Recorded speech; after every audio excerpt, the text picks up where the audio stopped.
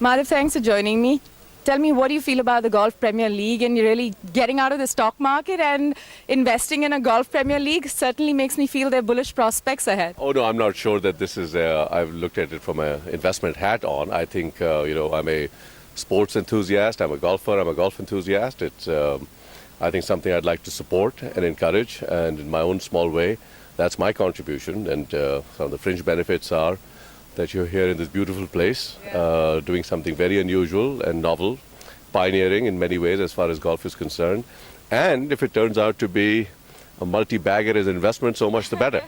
So much the better. But you said you're a sports enthusiast. There's so much around which can perhaps give faster returns, bigger splash. Cricket, one traditionally is sort of stuck with that sport. Why did you choose golf? I don't think cricket needs any help in India, as we all know, and the idea is to encourage other sports that also hold my interest.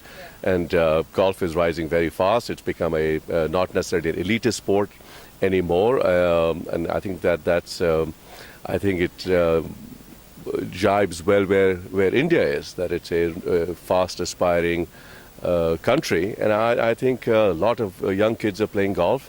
And they need all the encouragement they can get. And you look at some of the players here from the PGTI and their backgrounds and from different little towns in India. And I think for them to get this kind of international exposure and, dare say, money as well, is a bonanza. And I think it will encourage other young kids from different towns to come and take up the sport, which I think has a fantastic benefits for the country, both in terms of democratizing it, boosting its economy and socializing it. So I just think on multiple levels it's a fun thing to do.